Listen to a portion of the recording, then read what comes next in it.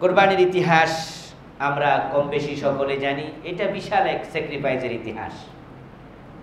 আজকের এই দিনে আমাদের কাছে একটি পশু জবে করে দেয়া একবারে সহজ ব্যাপার, কিন্তু এর সাথে জড়িয়ে আছে ইব্রাহিম আলাইহিস সালামের বিশাল আল্লাহর জন্য উৎসর্গ, নিজের সন্তানকে জবে করার চূড়ান্ত সিদ্ধান্ত নেয়ার মতো ঐতিহাসিক স্যাক্রিফাইস। ইব্রাহিম আলাইহিস সালামের শেষ সুন্নাহকে আল্লাহ তাআলা আমাদের পর্যন্ত রাখলেন। কোরবানির ইতিহাস আল্লাহ তাআলা নিজে কোরআন মাজিদে আলোচনা করেছেন।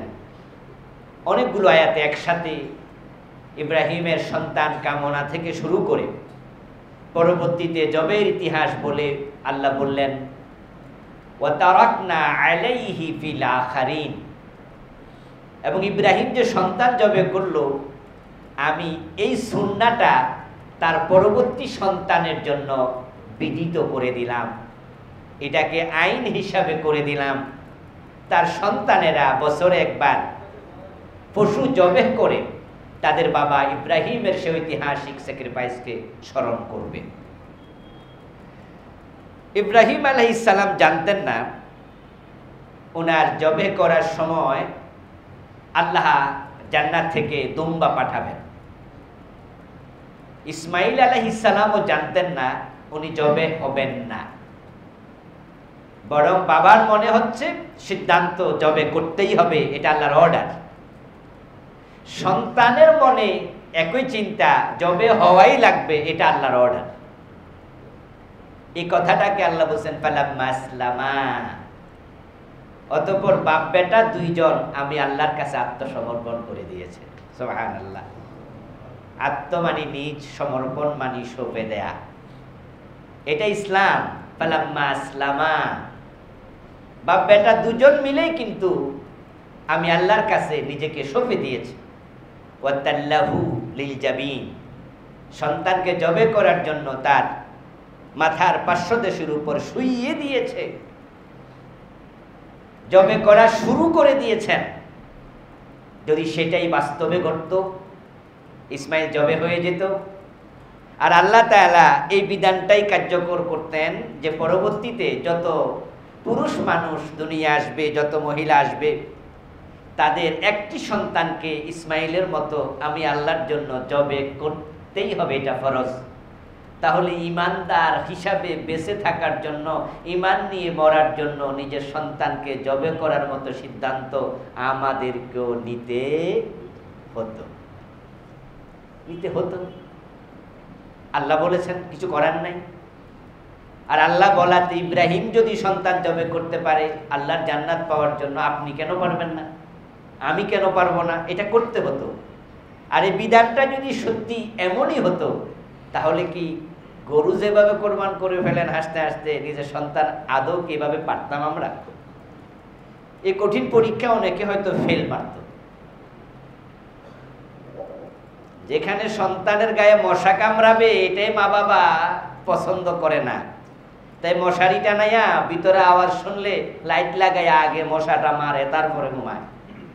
চিন্তাটা নিজের নয়, চিন্তা বাচ্চারে নি কামড়ায়। যেই সন্তানের জন্য বাবা মা নিজেকে উৎসর্গ করে দেয়, মরে যায়, এরকম ঘটনা পৃথিবীতে অনেক আছে যে সন্তানকে বাঁচাতে গিয়ে বাবা মরে গেছে, মা মরে গেছে, আর সেখানে নিজে সন্তানকে নিজ হাতে জবে করবে। এই পরীক্ষা আমরা অনেকে ফেল করতাম। তো আল্লাহ তাআলা জানেন যে পরবর্তী প্রজন্মের মানুষের ঈমান তো আর ইব্রাহিমের মতো হবে না, এই জন্য তিনি বিষয়টা হালকা করে দিয়েছেন। কিন্তু জবে করার সময় ইব্রাহিমের সে চিন্তাটা তো মাথায় রাখতে হবে। এই জন্য এটার নাম ঈদুল আদহা। ঈদ মানি আনন্দ, আদহা মানি স্যাক্রিফাইস, কোরবানি, ত্যাগ। ত্যাগের মাধ্যমে আনন্দ।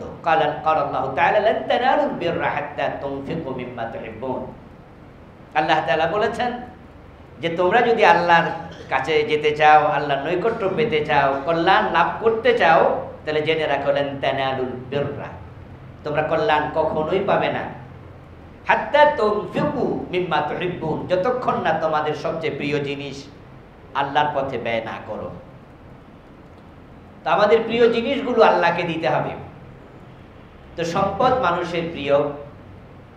যারা নিজেরা গরু ছাগল লালন পালন করে, পশুর সাথে ভালোবাসার সম্পর্ক হয়, এই প্রিয় পশুটাকে জবে করতে হয়।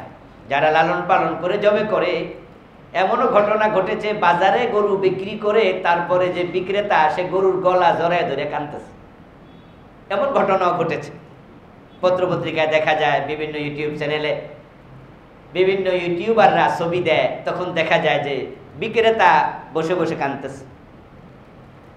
পশু জবে করার আগে পশুর সাথে যে ভালোবাসা, মমত্ববোধ, এটা তৈরি হওয়ার জন্যই আগ থেকে পশু কেনা ভালো, লালন পালন করে সে পশুটা জবে করা ভালো, যে আপনি যেন ত্যাগ হচ্ছে এই মানসিকতা ভিতরে আসে। তারপরে এবার জবে করার পরে পশু, তারপরে মাংস গোস্ত গরিবের মাঝে দান করে দিলেন, অথচ আপনি জানেন যে কোরবানির গোস্ত 800-900 টাকা কেজি পড়ে যায়, 800-900 টাকা কেজি, এরপরও আপনি সবটুকু ফ্রিজে রাখেন না, গরিবকে দিয়ে দিচ্ছেন। দেয়ার পিছনেও আপনার উদ্দেশ্য থাকে, এর কারণে আল্লাহ খুশি হবে। লান তানালুল বিররা হাত্তা তুনফিকু মিম্মা তুহিব্বুন। এই কুরবান শব্দটি কুরবুন থেকে এসেছে। এর মানে আপনি এই প্রিয় জিনিস আল্লাহর পথে দান করবেন, আর কুরবুন অর্থ নৈকট্য, এর মাধ্যমে আপনি আল্লাহর নৈকট্য পাবেন। সব মিলিয়ে ভূমিকার আলোচনার সারাংশ হলো কুরবানির উদ্দেশ্য আল্লাহর সন্তুষ্টি অর্জন, নৈকট্য অর্জন, আল্লাহর পথে স্যাক্রিফাইস করে, ইব্রাহিমের সুন্নাহ লালন করে, আল্লাহর জান্নাতমুখী হওয়ার চিন্তা লালন করে কুরবান করতে হবে। এটাই হলো কুরবানের মূল কথা। এই কুরবানটা যেন আমাদের কারো গোস্ত খাওয়ায় পরিণত না হয়, যেটা আজকের দিনে সেদিকে যাচ্ছে। কুরবানটা যেন ট্র্যাডিশনালি, ঐতিহ্যগত, প্রথাগত কোন ইবাদত না হয়। কুরবান যেন প্রতিযোগিতামূলক না হয়। কুরবান যেন মানুষকে দেখানোর উদ্দেশ্যে না হয়। কিন্তু আমরা পরিতাপের সাথে লক্ষ্য করছি, স্যাক্রিফাইস হারিয়ে গেছে। আল্লাহর সন্তুষ্টি অর্জন, নৈকট্য প্রাপ্তি, এই চিন্তা হারিয়ে গেছে। বরং অধিকাংশ লোকের জায়গাটা দখল করেছে, আমার বাপদাদা কোরবান করছে, আমি কেন করব না? কোরবান না করলে মানুষ কি বলবে? আর এলাকার আমি ধনী মানুষ, আমার গরুটাই সবচেয়ে বড় হবে, না হয় মানুষ কি বলবে? এই জন্য দেখা যায় যে প্রতিযোগিতামূলকভাবে কোরবানি হচ্ছে। আর আমরাও কারটা কত দাম বেশি হলো নিজেরাও জানার জন্য উন্মুখ হয়ে থাকছি। তাই বাজার থেকে গরু কিনে যাওয়ার পথে কত টাকা হয়েছে এই কথা যে কতজনের কাছে জবাব দেয়া লাগে তার কোনো হিসাব নাই। আমরা সকলে একমুখী হয়ে যাচ্ছি। এটা কোরবানের জন্য অশনি সংকেত, এটা স্যাক্রিফাইসের কথা ছিল। কার সন্তান কত মোটা, কার সন্তান কত তাজা, কার সন্তান কতটা সুন্দর সুশ্রী, সেটা ইম্পর্টেন্ট নয়, বরং বাবা তার সন্তানকে জবে করছে, এই মানসিকতায় আল্লাহর কাছে নিজেকে সঁপে দেয়া, এটা ইম্পর্টেন্ট। তো কোরবানির ইতিহাস আমাদেরকে একটু আলোচনা করতেই হয়। আমরা জানি ইব্রাহিম আলাইহিস সালাম 80 বছর বয়স পার হয়ে গেলেন, কোন কোন ঐতিহাসিক বললেন 86, নিঃসন্তান ছিলেন। আল্লাহ তাআলার কাছে উনি দোয়া করছিলেন, রাব্বি হাবলি মিনাস সালিহিন, আল্লাহ আমাকে একটি নেক সন্তান তুমি দাও। আল্লাহ তাআলা দোয়া কবুল করলেন। ফাবাশশারনাহু বিগুলামিন হালিম, আল্লাহ বলেন আমি ইব্রাহিমকে একটি অত্যন্ত ধৈর্যশীল প্রাজ্ঞ সন্তানের সুসংবাদ দিলাম, যাকে আমরা জানি তিনি হযরত ইসমাঈল আলাইহিস সালাম। 86 বছর বয়সে সন্তান লাভ করলেন। তারপরে সন্তান নিয়ে উনি থাকবেন একটু আনন্দে, এটাই স্বাভাবিক, আদর করবেন, ভালোবাসবেন। কিন্তু আল্লাহ তাআলা ইব্রাহিম নবীর পরীক্ষা নেওয়া শুরু করলেন। তিনি জিবরিলের মাধ্যমে খবর দিলেন, এই সন্তানকে এবং তার মাকে রেখে আসতে বলো একবারে আরবে। ইব্রাহিম আলাইহিস সালাম এ কথা শুনে ওনার স্ত্রী এবং সন্তানকে প্রস্তুত করলেন। জিবরিলকে পাঠানো হবে, কোন জায়গায় রাখতে হবে এটা আল্লাহ বলবেন, আগাম বলেও দেননি কোন জায়গায়। ইব্রাহিম আলাইহিস সালাম জিবরিলের দেখানো পথে স্ত্রী হাজার এবং সন্তান ইব্রাহিম ইসমাইল তাদের দুজনকে সাথে নিয়ে চলে গেলেন একবারে মক্কায়। আজকের মতো সেখানে বাড়ি ঘর বিল্ডিং কিছুই ছিল না, ছিল একবারে ধুধু মরুভূমি। এবং যে উপত্যকা আজকের কাবা, সে উপত্যকার নাম ছিল ফারান।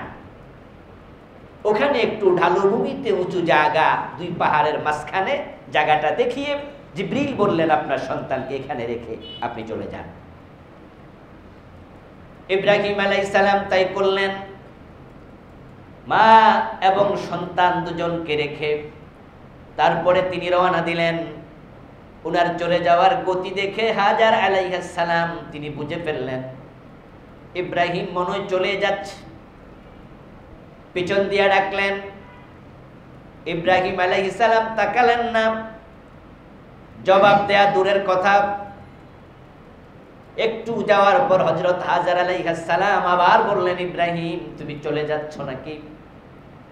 ইব্রাহিম আলাইহিস সালাম জবাব দেন নাই, পিছনও তাকান নাই। মনে মনে ভাবছেন, যদি তাকাই সন্তানের চেহারা, স্ত্রীর চেহারা চোখে আসার পরে আবার ফিরে যেতে পারি, আল্লাহর বিধান পালনে দেরি হয়ে যেতে পারে। তাই না তাকিয়ে তিনি আরো সামনে গেলেন। হযরত হাজার আলাইহিস সালাম আবার বললেন, ইব্রাহিম শুধু বলে যাও, আমাদেরকে রেখে তুমি চলে যাচ্ছ নাকি সিরিয়ায়? ইব্রাহিম আলাইহিস সালাম পিছনে না ফিরে সম্মুখ পানে আগাচ্ছেন, শুধু জবাব দিয়ে বললেন, হাজারা শোনো, আমি চলে যাচ্ছি। হাজার আলাইহিস সালাম বললেন, নিশ্চিন্তে চলে যাও, বুঝতে পেরেছি এটা আল্লাহর আদেশ। যদি আল্লাহ রেখে যেতে বলে এখানে, আমাদের যত্ন নেওয়ার দায়িত্ব নিশ্চয়ই তিনি নেবেন। তুমি নিশ্চিন্তে চলে যাও। ইব্রাহিম আলাইহিস সালাম সন্তান, ছোট্ট মানুষ, কয়েকদিন বয়স মাত্র, গাছপালা নাই, ছায়া নেবেন, ঘর বাড়ি নাই, আশ্রয় নেবেন, পানি নাই, পান করবেন, খাবার নাই, খেয়ে বাঁচবেন, মশকে সামান্য পানি, কয়টা খেজুর আর রুটি রেখে তিনি চলে যাচ্ছেন। এই হচ্ছে আল্লাহর পথে চলা মানুষের ঈমানের শক্তি। আল্লাহ তাআলা যা বলেন কোনো প্রশ্ন চলে না। আল্লাহর কথাকে নির্দ্বিধা বিনা প্রশ্নে আনুগত্যের শির নত করে মেনে নেয়ার নাম ইসলাম। ইব্রাহিম আলাইহিস সালাম আরো অনেক দূরে গেলেন, গিয়ে এবার ভাবলেন, হ্যাঁ এবার আর দেখা যাবে না সন্তান এবং স্ত্রীর মুখ। তিনি এবার কাবার দিকে ফিরে দাঁড়ালেন। কোন পাহাড়ের চূড়া উঠে তিনি সেখান থেকে এবার দোয়া করলেন, রব্বানা ইন্নী আসকানতু মিন যুররিয়াতি বিওয়াদিন গায়রি যি যারইন ইনদা বাইতিকাল মুহাররাম। ও আমার রব, তোমার অর্ডার পালন করার জন্য আমি আমার বংশধর, একমাত্র সন্তান আমার স্ত্রী, তাদেরকে তোমার পবিত্র ঘরের পাশে আমি রেখে দিলাম। লিয়াকিমুস সালাহ রব্বানা লিয়াকিমুস সালাহ। ও আমার রব, তোমার ঘর যেহেতু এখানে আছে, আমি আশা করছি তার পরবর্তী প্রজন্ম তোমার এই ঘরে নামাজ কায়েম করবে। আল্লাহ তাআলার কাছে তিনি আরো কিছু দোয়া করলেন, ওয়ারযুকহুম, তাদেরকে তুমি রিজিক দিও, ওয়াজআল আফইদাতাম মিনান নাস তাহবি ইলাইহি, এবং তোমার ঘরের দিকে পৃথিবীর সব মানুষের অন্তর তুমি ঝুঁকাইয়া দিও। ওয়ারযুকহুম মিনাস সামারাত, তোমার ঘর জিয়ারত করতে আল্লাহর বান্দারা আসবে, তাদেরকে ফল ফলাদি থেকে তুমি রিজিকের ব্যবস্থা করে দিও।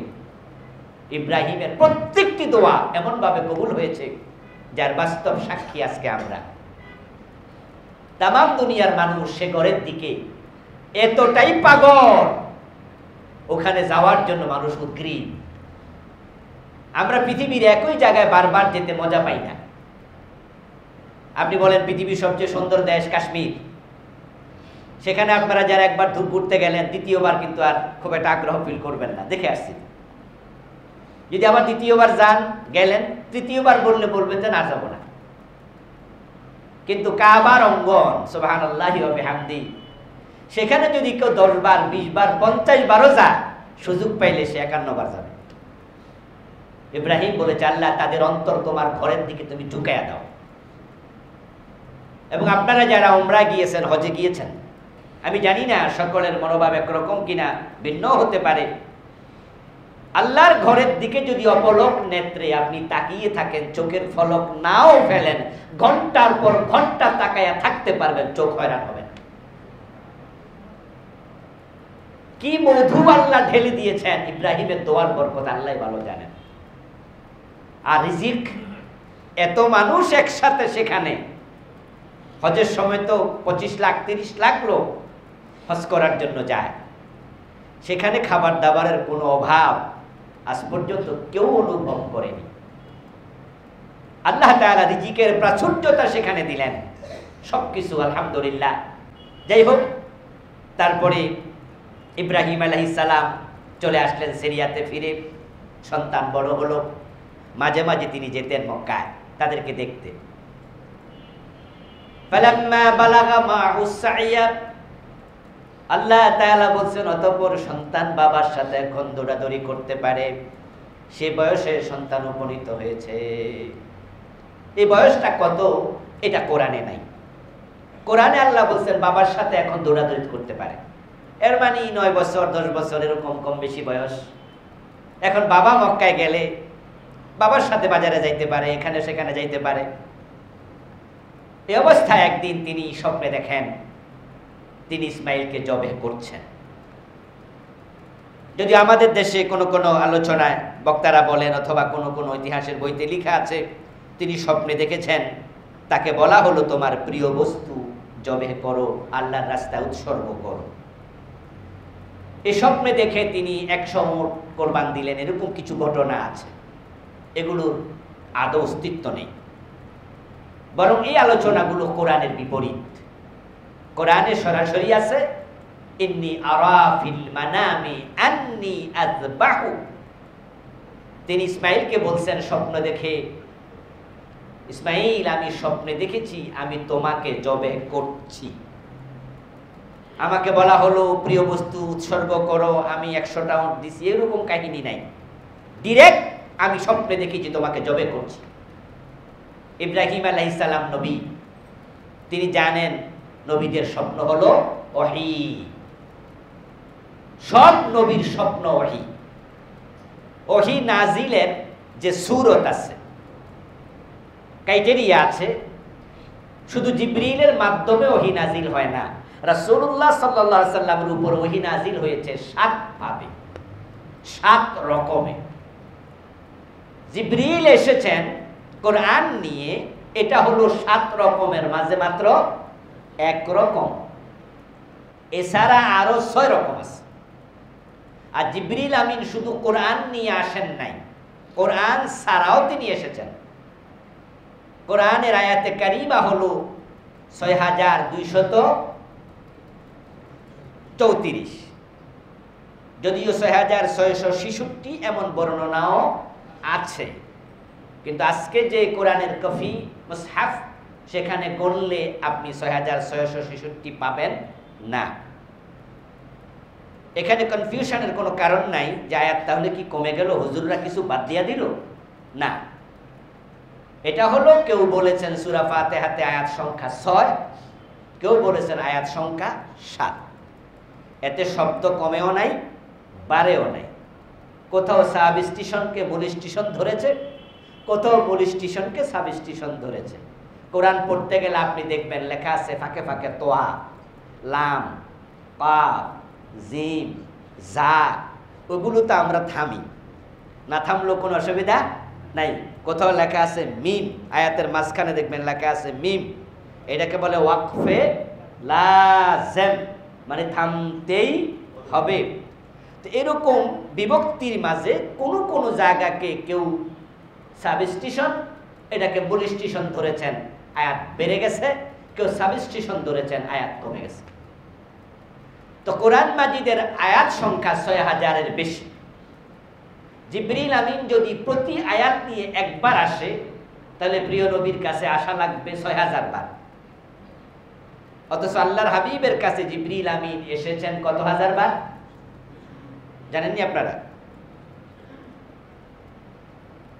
আল্লাহর হাবিবের কাছে জিবরিল আমিন এসেছেন তথ্যটা আমি ভুলে গেলাম, সেটা আপনাদের কারোই জানা নেই।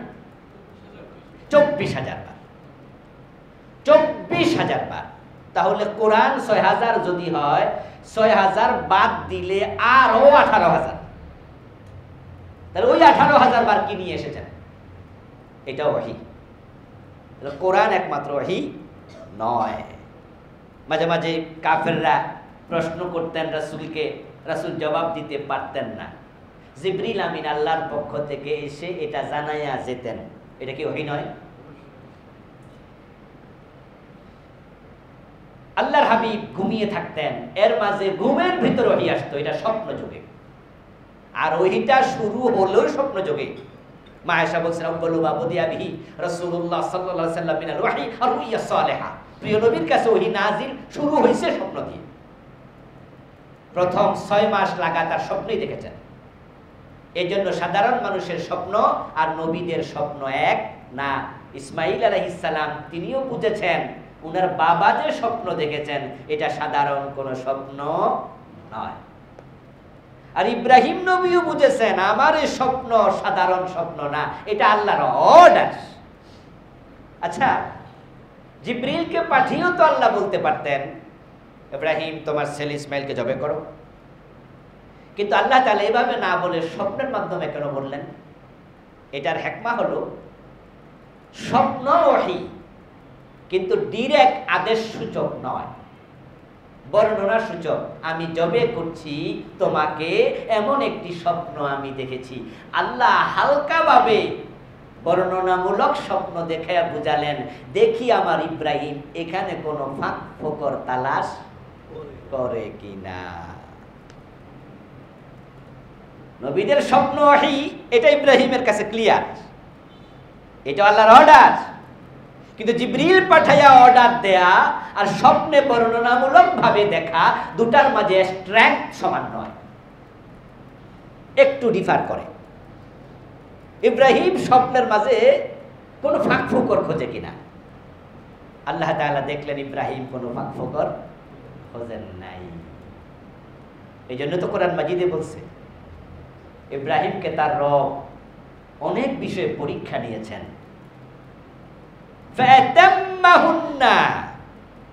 আল্লাহ আয়াতের রেজাল্ট ঘোষণা করছেন, ইব্রাহিম আমার নেয়া পরীক্ষার প্রতিটাতে 100তে 100 নাম্বার পেয়েছে। এটাও একটা পরীক্ষা ছিল, স্বপ্নে দেখায় কি করে। ইব্রাহিম আলাইহিস সালাম স্বপ্নে দেখলেন, সন্তান ইসমাইলকে জানালেন, তারপরে আবার বললেন ফানজুর মাযা তারা, ইসমাইল আমি জবে করতে দেখলাম তোমাকে, এখন তোমার কাছে পরামর্শ চাই, বলো তো এই ক্ষেত্রে তোমার মনোভাব কি, তোমার পরামর্শটা আমাকে একটু দাও। আল্লাহ বলছেন হঠাৎ করে ধরে নিয়ে ইসমাইলকে শোয়া তিনি জবে করে দেন নাই। এমনও তো হতে পারত ইসমাইলকে প্রস্তুত অবস্থায় জবাই করার জন্য শোয়া জবাই করা শুরু করলে তিনি বুঝতে পারতেন না কি হচ্ছে, দৌড় মারতে পারতেন, আল্লাহর বিধান পালনে ত্রুটি হয়ে যেত, ভুল হয়ে যেত, সমস্যা হতো। এই জন্য ইব্রাহিম আলাইহিস সালাম সন্তানকে জানায়া আগ থেকে মেন্টালি প্রস্তুত করে নিচ্ছেন। সন্তানকেও তিনি আল্লাহর বিধান মানার ক্ষেত্রে প্রস্তুত করছেন। ফানজুর মাযা তারা, তোমার মনোভাবটা বলো তো বাবা। ক্বালা ইয়া বাতি ফাআল মা তুমার সাতাজিদুনি ইনশাআল্লাহু মিনাস সাবিরিন। যেমন বাপ তেমন সন্তান। ছোট্ট মানুষ ইব্রাহিম ইসমাইল আলাইহিস সালাম, এখনো তিনি বালেগ হন নাই, বাবার সাথে দৌড়াদৌড়ি করে, 9-10 বছর 11 বছর বয়স, ছোট মানুষ, কিন্তু বুঝ কত বেশি। শোনার সাথে সাথে সময় নেন নাই, যাব্বা একটু চিন্তা করি, একটু ভাবি, কালকে বলবো না, সাথে সাথে বললেন ইয়া আবাতি, হে আমার প্রিয় পিতা, হে আমার প্রিয় পিতা। আবি বলে না আবাতি, বাবাকে সম্বোধন করার সবচেয়ে সফট রীতি, সফট সম্বোধন আরবিতে হলো আবাতি। সন্তানকে সবচেয়ে কোমল ভাবে সম্বোধন করার আরবি রীতি হলো বুনাইয়া। ইবনুন মানে ছেলে, ইবনি মানে আমার ছেলে, আর বুনাইয়া মানে আমার কলিজার টুকরা ছেলে, প্রিয় ছেলে। আবি মানে আমার বাবা, আর আবাতি মানে আমার প্রিয়তম বাবা। বাবা বলছে আমি জবে করব, ছেলে বলতো এই পাষাণ বাবা, নিষ্ঠুর বাবা। এটা হলো না, ঠিক আছে, কি বলেন আপনার মতো নিষ্ঠুর কেউ হয়, আমরা জবাই করে দেবেন? কিন্তু ছেলের জবাব হচ্ছে ইয়া আবাতি, ও আমার কলিজার টুকরা প্রিয়তম বাবা, ইফআল মা তুমার। আপনাকে স্বপ্নে যে অর্ডার দেয়া হয়েছে সেটা আপনি পালন করুন, নির্দ্বিধায় পালন করুন। সাতাজিদুনি ইনশাআল্লাহু মিনাস সাবিরিন। আপনি নিশ্চিন্তে থাকেন, ইনশাআল্লাহ আমি ধৈর্যশীলদের অন্তর্ভুক্ত হব। এই কাজ পরিপালনে আমি আপনার সহায়ক হব, আমি আপনাকে হেল্প করব, আপনি আপনার কাজটা করুন। প্রিয় ভাইরা, ইব্রাহিমের মতো বাবা, ইসমাইলের মতো সন্তান আমাদেরও হওয়া উচিত। ইব্রাহিম আলাইহিস সালাম আমাদেরও বাবা। ইসমাইলের যেমন তিনি বাবা, তিনি মুসলিম হিসাবে আমাদেরও বাবা। মিল্লাত আবিকুম ইব্রাহিম হুয়া সাম্মাকুমুল মুসলিমিন। আমরা মুসলিম, আল্লাহ বলে জাতির বাবা মুসলিম, মিল্লাতের বাবা ইব্রাহিম। উনি যে আচরণের, যে চরিত্রের, আমাদের আচরণ চরিত্র ইসলামের সাথে এমনই হওয়া উচিত। ইন্নী জাইলুকা লিন্নাসি ইমামা। উনার এই চারিত্রিক গুণাবলীর কারণে আল্লাহ কোরআনে বলছে, ইব্রাহিম বিশ্ব মানবতার জন্য আমি তোমাকে নেতা বানিয়ে দিয়েছি। নবী মুহাম্মদ সাল্লাল্লাহু আলাইহি সাল্লামকে বলেছে আপনি ইব্রাহিমের অনুসরণ করুন, মিল্লাত ইব্রাহিম হানিফা, আই খুজ মিল্লাত ইব্রাহিম হানিফা। আপনি নবী মুহাম্মদ ইব্রাহিমের দর্শন আপনি লালন করুন, ইব্রাহিমের চিন্তা চেতনা আপনি নিজেকে উজ্জীবিত করুন। কোরআনে অসংখ্য জায়গা আমাদেরকে বলা হয়েছে ইব্রাহিমের মিল্লাতকে আঁকড়াইয়া ধরো। ইব্রাহিম আলাইহিস সালাম সন্তানকে সাথে নিয়ে গেলেন মিনায়, জিবরিল আমিন পথ দেখালেন এবং সেখানে তিনি জবাই করতে তিনি শুরু করে দিলেন। যখন ইব্রাহিম আলাইহিস সালাম সন্তানকে শুইয়ে দিলেন, জবাই শুরু করলেন, ওয়ানাদাইনাহু ওয়া ইব্রাহিম ফাসাদ্দাক্তার রুইয়া ইন্না কাযালিকা নাজজিল মুহসিনিন। আল্লাহ নিজে বলছেন, শোনাচ্ছেন আমাদেরকে। ইব্রাহিম সন্তানকে শুইয়ে দিল, জবে শুরু করলো। এবার আমি ডাকলাম, ও ইব্রাহিম, ফাসাদ্দাক্তার রুইয়া। আর লাগবে না, দ্যাটস এনাফ। বরং স্বপ্ন যা দেখেছিলেন আমি আল্লাহ ঘোষণা দিলাম স্বপ্নের বাস্তবায়ন হয়ে গেছে। আমি ওটুকুই চাইছিলাম, আর লাগবে না। তুমি 100% প্রস্তুতি নিয়েছ, তোমার সন্তান শুয়ে গেছে, জবে শুরু, এনাফ, তুমি থেমে যাও। ইব্রাহিম আলাইহিস সালাম আল্লাহর আওয়াজ শুনে সন্তানকে জবে করা বন্ধ করে উপরের দিকে তাকালেন। তাকিয়ে দেখেন উনি ঠিক যে জায়গায় ছিলেন এর উপরে পাহাড়ের চূড়ার মাঝে জিবরিল আমিন দাঁড়ায় আছে। উনার হাতের মাঝে গলায় রশি বাঁধা একটি দুম্বা। ওয়াফাদাইনাহু বিযিবহিন আযীম। আল্লাহ তাআলা বলছেন আমি ইসমাইলের জায়গায় একটি জান্নাতি পশু, বড় মাপের কোরবানি আমি পাঠিয়ে দিলাম। বললাম তুমি এই পশুটাকে কোরবানি করো, এটাই ইসমাইলের কোরবানি হিসাবে আমি আল্লাহর কাছে গৃহীত হবে। ইব্রাহিম আলাইহিস সালামকে আবার বলছেন, ইন্না কাযালিকা নাজজিল মুহসিনিন। এই জাতীয় বিপদে মুসিবতে, বড় বড় পরীক্ষা যখন আসে, আমি তোমার কাছে দুম্বা পাঠাইয়া ইসমাইলের জায়গায় দুম্বাকে শোয়াই দিয়ে শেষ করি না। কাযালিকা নাজজিল মুহসিনিন। ভবিষ্যতেও যত ভালো মানুষ, তোমার মতো চিন্তাওয়ালা মানুষ, তাদেরকে আমি অনুরূপ প্রতিদান দিতেই থাকব। এই জাতীয় প্রতিদান পাওয়ার জন্য আমি আল্লাহর পক্ষ থেকে বড় কিছু অর্জনের জন্য তোমার মতো মানসিকতা লালন করতে হবে। সাহাবায়ে কেরাম রাসূলুল্লাহ সাল্লাল্লাহু আলাইহি ওয়াসাল্লামকে প্রশ্ন করলেন, ইয়া রাসূলুল্লাহ মা হাযিহিল আদাহি। আহা, ইব্রাহিম তো কুরবান করেছে তার সন্তানকে, এর পরিবর্তে পশু আমরা কেন করব? রাসূল জবাব দেন, সুন্নাতু আবিকুম ইব্রাহিম। বছরে একবার তোমাদের বাবা ইব্রাহিমের সুন্নাহকে তোমরা জাগরুক রাখার জন্য কাজ করো। কিলা মা লানা ফিহা ইয়া রাসূলুল্লাহ। হুজুর আমরা যে কাজ করব লাভ কি? কালা বিকুল্লি শাওরাতিন হাসানা, প্রিয় নবী জবাব দেন, এই পশুর প্রতিটা পশমের পরিবর্তে আল্লাহ তোমার আমলনামায় নেক লিখে দেবেন। ওয়াকাযালিকা নাজজিল মুহসিনিন, যারা মুহসিন হবে, ভালো মানুষ হবে, আমি তার প্রতিদান তাদেরকে দেব। আয়েশা সিদ্দিকা রাদিয়াল্লাহু তাআলা, হযরত ফাতেমাতুজ জাহরা রাদিয়াল্লাহু তাআলা আনহা, উনাকে লক্ষ্য করে প্রিয় নবী বলছেন, ফাতেমা কুমি ইলাইহা, মানে কুমি ইলা উদহিয়াতিক, যখন তুমি পশু জবে করবে তখন পশুর পাশে গিয়ে তুমি দাঁড়াবে। পারলে তুমি নিজ হাতে জবে করো, রাসূল নিজ হাতে জবে করতেন। ফাতেমাকে বললেন তুমি এসে পাশে দাঁড়াও। হযরত ফাতেমা দাঁড়ালেন। ও শাদিহা, এবং জবে করবে প্রাণী সামনে গিয়ে দেখো, বিকুল্লি কাতরাতিন মিনাদ দাম আন তাগফিরা লাকা মা সালাফা মিন যুনুবিক, এবং তুমি যখন পাশে দাঁড়িয়ে দেখবে পশু জবে হলো, রক্ত পড়তে থাকবে, আল্লাহ তাআলা প্রতি ফোঁটা রক্তের বিনিময়ে তোমার আমলনামার গুনাহগুলো মাফ করতে শুরু করে দেবেন। ওয়াকাযালিকা নাজজিল মুহসিনিন। আমি ইব্রাহিমকে শ্রেষ্ঠত্ব দিয়েছি, জাতির ইমাম বানিয়েছি। ইব্রাহিমকে আমি কিয়ামতের দিন সবার আগে জান্নাতের পোশাক পরিধান করিয়ে দেব। ঠিক ইব্রাহিমের সুন্নাহ ফলো করতে থাকবে, তাহলে তোমার পশু প্রতি ফোঁটা রক্ত, প্রতিটি পশম তোমার আমলনামায় অগণিত নেকির কারণ হবে, গুনাহ মোচনের কারণ হবে। এখানে শেষ নয়। وقال النبي صلى الله عليه وسلم إنها لا تأتي يوم القيامة بقرونها وأشعارها وأظلافها।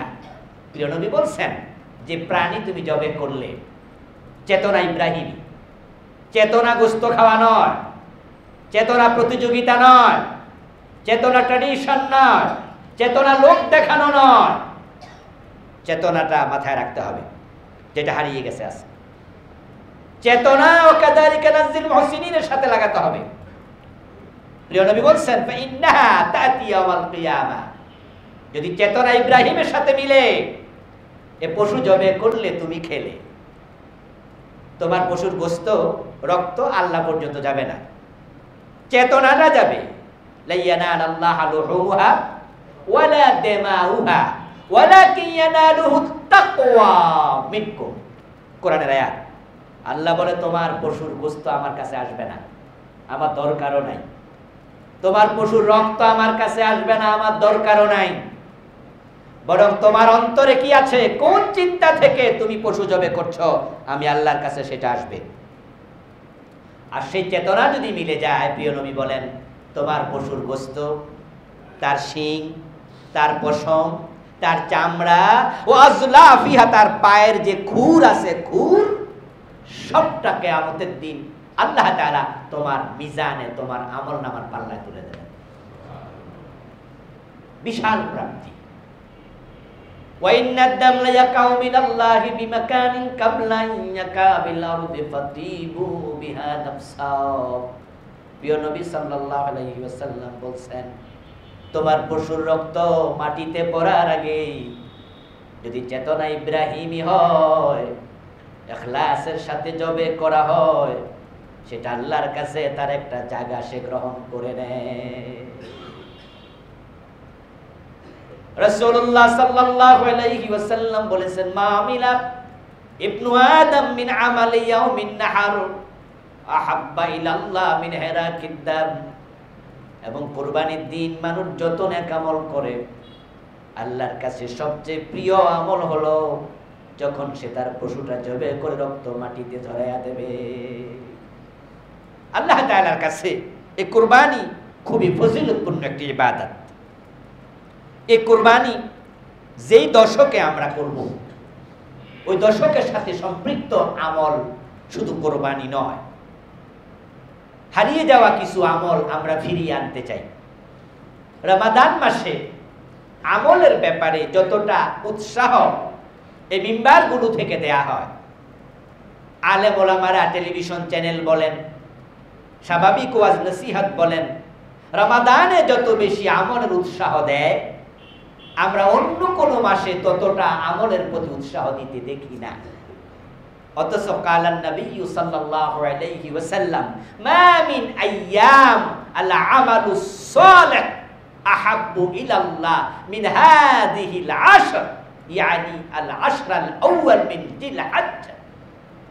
প্রিয় নবী বলছেন, জিলহজ মাসের প্রথম 10 দিনের আমল আল্লাহর কাছে যতটা প্রিয়, এমন প্রিয় দশক আল্লাহর কাছে আর নাই। এই হাদিসের ওয়াজ হারিয়ে গেল, হারিয়ে যাওয়া সুন্নাহ। আল্লাহর হাবিব বলতেছেন যে আল্লাহর কাছে এত প্রিয় দশক, এত আমল প্রিয় আর নাই। কিলা ইয়া রাসূলুল্লাহ ওয়ালাল জিহাদ ফি সাবিলিল্লাহ, হুজুর আল্লাহর রাস্তায় জিহাদ করা এটা তো অনেক সওয়াবের কাজ, আমরা জানি। আল্লাহর রাস্তায় জিহাদটাও কি এতটা প্রিয় নয়? কালা ওয়ালাল জিহাদু ফি সাবিলিল্লাহ, প্রিয় নবী বললেন আল্লাহর রাস্তায় জিহাদটাও এতটা প্রিয় নয়। এই দশকের নেক আমল আল্লাহর কাছে জিহাদের চেয়েও প্রিয়। প্রিয় নবীজি বলছেন, ইয়াদিলু সিয়ামু কুল্লু ইয়াউমিন মিনহা বিসিয়ামিস সানা। যদি এই দশকের প্রথম 9 দিন, 1 থেকে 9 কেউ রোজা রাখে, প্রতিটা রোজার পরিবর্তে আল্লাহ 1 বছরের রোজার সওয়াব লিখে দেবেন।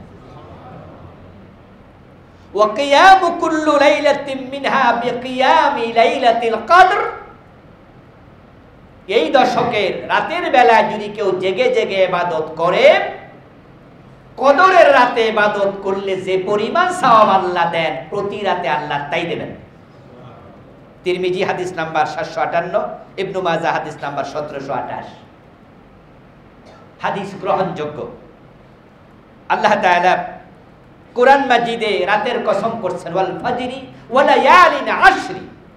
এই আয়াতের ব্যাখ্যা আল্লামা কুরতুবী বলেন, লায়ালু আশরি মিন জিলহজ্জা। এই দশক বলতে জিলহজের প্রথম দশক বোঝানো হয়েছে। এই দশক এতটা প্রিয় কেন আল্লাহর কাছে? অনেকগুলো কারণ, তার মাঝে অন্যতম একটা কারণ, 9 জিলহজ আরাফার মাঠে মানুষ যখন হাজির থাকে, ওই আরাফার দিনের ফজিলত আমরা সবাই কম বেশি জানি। এই দিবসে আল্লাহ যত লোককে ক্ষমা করে, পুরা বছরে আর কোনো দিনে এত ক্ষমা করে না ওই দিনটা এই দশকের ভিতরে। এই দশক আল্লাহর কাছে কেন প্রিয়? কারণ আল্লাহ মানুষকে ক্ষমা করে সবচেয়ে খুশি হন।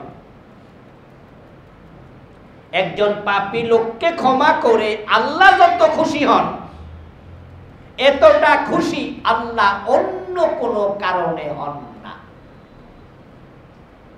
আর আরাফার দিন ক্ষমা করেন এত মানুষকে, এই পরিমাণ ক্ষমা অন্য কোনো দিনে করেন না। তাই এই দশকে আমাদের বিশেষ কিছু ইবাদতের প্রতি মনোযোগী হওয়া দরকার। ইনশাআল্লাহ আমরা আগামীকাল থেকেই এই দশকে প্রবেশ করতে যাচ্ছি। কালান নবী সাল্লাল্লাহু আলাইহি ওয়াসাল্লাম, মান রাআ হিলাল জিলহজ্জা ওয়া আরাদা আন ইউদহিয়া ফালা ইয়াখুয মিন শা'রিহি ওয়ালা মিন আসফারি। প্রিয় নবী সাল্লাল্লাহু আলাইহি ওয়াসাল্লাম বলেন, যে ব্যক্তি জিলহজ মাসের চাঁদ দেখবে এবং সে কুরবানি করবে এমন ইরাদা লালন করে, তাহলে চাঁদ ওঠার পর থেকে কুরবানির পশু জবে করা পর্যন্ত সে তার চুল কাটবে না এবং নখ আর কাটবে না। তাহলে এই আমলটা আমরা আজকে সেরে নেব। চাঁদ ওঠার আগে আপনারা যারা কুরবানি করবেন তারা চুল এবং নখ আজকে কেটে নেবেন, যাদের কাটা দরকার। আর কুরবানির পশু জবে করা পর্যন্ত 10 দিন আর চুল নখ কাটা যাবে না। وقال النبي صلى الله عليه وسلم فأكثروا فيهن التهليل والتكبير والتحميد। এই দশকে 3টি কাজ তোমরা বেশি করবে। একটা হলো চাঁদ ওঠার পর থেকে বেশি বেশি তাকবীর দেবে। এই সুন্নাহটা হারিয়ে গেল। আমরা শুধুমাত্র আইয়ামে তাশরীকে 9 তারিখ ফজরের পর থেকে 13 তারিখ আসর পর্যন্ত ফরজ নামাজের পরে তাকবীর দিতে হয়। এই ইবাদতটা সবাই জানি, কিন্তু চাঁদ ওঠার পর থেকে প্রথম দশকে বেশি বেশি তাকবীর দিতে রাসূল বলেছেন। ওই হাদিসটা এদেশে মরে গেছে, হারিয়ে গেছে। অথচ প্রিয় বলেছেন ফাকসিরু ফীহিন্না তাকবীর ওয়াত তাহলিল ওয়াত তাহমিদ। ইবনে উমর, আবু হুরায়রা, দুজন বিখ্যাত সাহাবী রাদিয়াল্লাহু তাআলা আনহুমা প্রিয় নবী থেকে হাদিস শোনার পরে হাদিসে আসছে উনারা এত বেশি তাকবীর দিতেন, যখন দুজন বাজারে যেতেন উনাদের তাকবীর শোনার কারণে বাজারের দোকানদার খরিদ্দার তারাও একসাথে তাকবীর দেওয়া শুরু করত। এই দশকে বেশি বেশি তাকবীর দেয়া। আল্লাহু আকবার, আল্লাহু আকবার, লা ইলাহা ইল্লাল্লাহু, আল্লাহু আকবার, আল্লাহু আকবার, ওয়ালিল্লাহিল হামদ। এই বেশি বেশি তাকবীর দেয়া। প্রিয় নবী সাল্লাল্লাহু আলাইহি ওয়াসাল্লাম বলেছেন এই দশকে তাহমিদ বেশি বেশি পড়ো। তাহমিদ মানে হলো আলহামদুলিল্লাহ, আলহামদুলিল্লাহ, আলহামদুলিল্লাহ। তাহলিল বেশি বেশি পড়ো। তাহলিল মানে হলো লা ইলাহা ইল্লাল্লাহ। তাহলে চাঁদ ওঠার পর থেকে এই কালেমা খুব বেশি পড়বেন, হাম বেশি পড়বেন, তাকবীর বেশি বেশি দেবেন। রাসূলুল্লাহ সাল্লাল্লাহু আলাইহি ওয়াসাল্লাম বলেছেন, এবং তোমরা এই দশকে আরেকটি গুরুত্বপূর্ণ আমল করবে, সেটা হচ্ছে সিয়ামু ইয়াউমি আরাফা। আহতাসিবু আলাল্লাহ আন ইউকাফিরা আস-সানাতা আল্লাতী ক্বাবলা ওয়াস-সানাতা আল্লাতী বা'দা। তোমরা আরাফার দিবসে রোজা রাখবে। সে দিবসের রোজার কারণে আমি নবী মুহাম্মদ আশা করছি আল্লাহ 1 বছর আগের 1 বছর পরের সব গুনাহ মাফ করে দেবে। যারা আরাফার মাঠে হাজির থাকবে তাদেরকে আল্লাহ ক্ষমা করবেন ওই মাঠের রোজাজারির কারণে। আর আমরা যারা আরাফার মাঠে থাকবো না, আমাদেরকে ক্ষমা করবেন সেদিন রোজা রাখার কারণে। এই রোজাটা আমরা 9 তারিখ রাখবো না 8 তারিখ রাখবো, এটা নিয়ে আলেমদের মাঝে একটু দ্বিধা বিভক্ত মতামত পাওয়া যায়। একদল আলিম বলছেন বাংলাদেশে যদি আমরা সৌদি আরবের আরাফা ফলো করি তাহলে রোজা রাখতে হয় 8 তারিখে, কারণ আমাদের যেদিন 8 তারিখ সৌদি আরবে সেদিন 9 তারিখ। তাহলে আরাফার দিবস যদি সৌদিটা দেখে আমরা রোজাটা রেখে ফেলি তাহলে রোজাটা একদিন আগে হয়ে যায়, 8 তারিখে হয়ে যায়। তাই তারা বলছেন যে না, আমরা সৌদি আরবের আরাফা ফলো করব না, বরং আমরা জিলহজের 9 তারিখ আরাফা, ওই 9 তারিখ ফলো করব। তাই তারা বলেন যে আমরা 9 তারিখ হিসাবে রোজাটা রাখতে চাই। আরেক দল আলেম বলেন 9 তারিখ পাওয়া গেল কিন্তু আরাফার দিবস তো আর থাকলো না, আরাফা তো একদিন আগে চলে গেল। তাই তারা বলেন যে না, সৌদি আরবে যেদিন আরাফা সেদিন রোজা রাখেন। তাহলে বাংলাদেশে কয় তারিখে রাখতে হবে? 8 তারিখ। দু দলের পক্ষে দলিল সমান।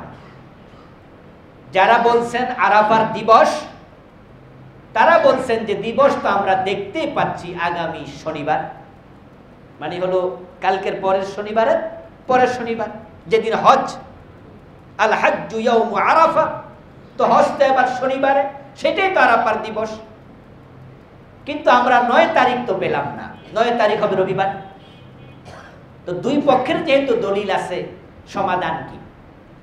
সমাধান হলো রাসূলুল্লাহ সাল্লাল্লাহু আলাইহি ওয়াসাল্লাম 1 থেকে 9 তারিখ লাগাতার 9 দিনে রোজা রাখছেন।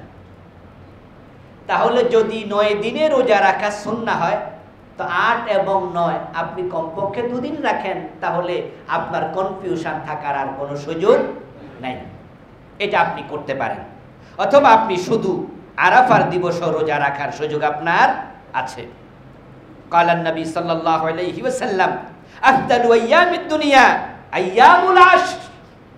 দুনিয়ার মাঝে যত দিন আছে এই দশকের দিনগুলো হলো আল্লাহর কাছে সবচেয়ে সেরা দিন। এজন্য নফল ইবাদত বাড়িয়ে দেবেন, অন্য অন্য ইবাদত করতে থাকবেন। কুরবানির সাথে সম্পৃক্ত মাসালা আমরা এই জুমায় বলার সময় পেলাম না।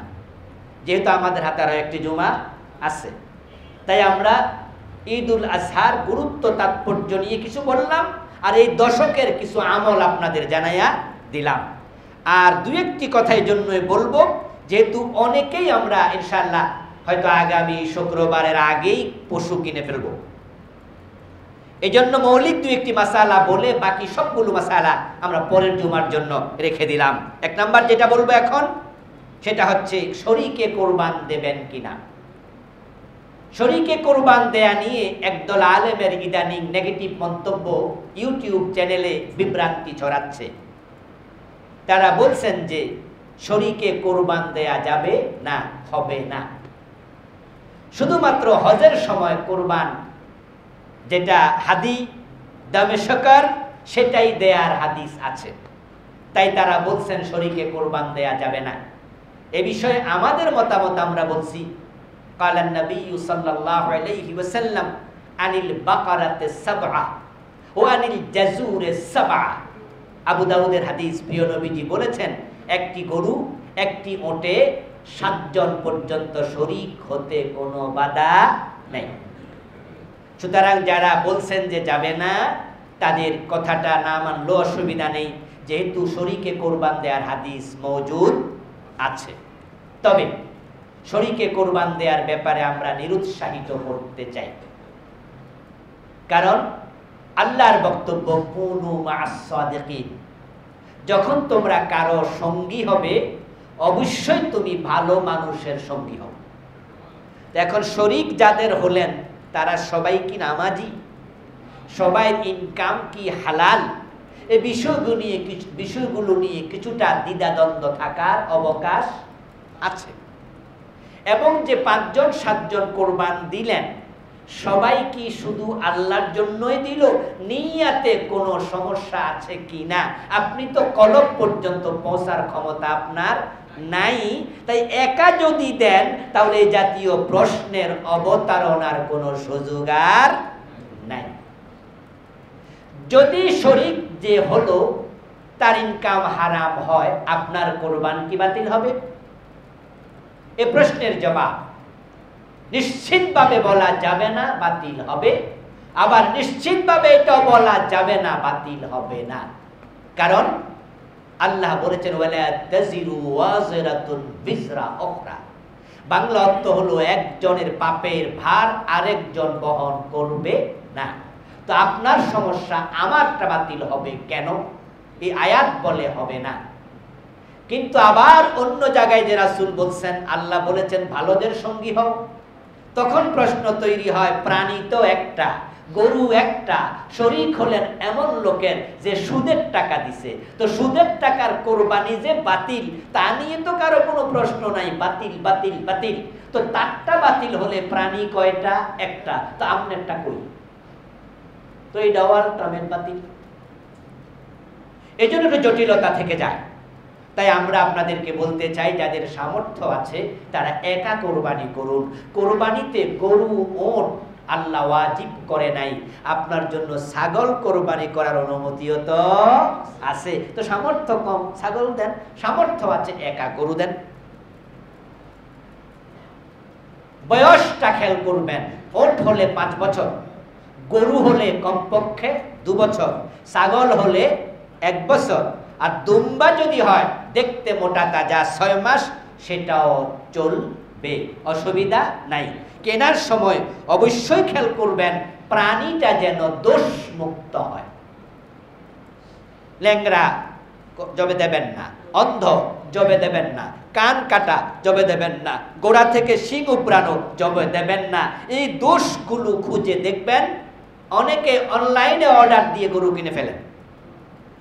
তো অনলাইনে অর্ডার দিলেন, দেখলেনই না দোষ আছে কিনা, কেমনে কি হলো? ইদানিং কালে পশুকে কৃত্রিম ভাবে বড় করার কারণে 2 বছর হয় না এমন গরু অনেক তাজা হয়ে যায়। এই জন্য হাদিসে আছে মুসিন্না, 2 বছর লাগবেই গরু কমপক্ষে। তা আপনি দাঁত চেক না করলে 2 বছর হলো কিনা বুঝবেন কেমনে? অনলাইনে অর্ডার দিচ্ছেন, দাঁতে তো দেখেন নাই।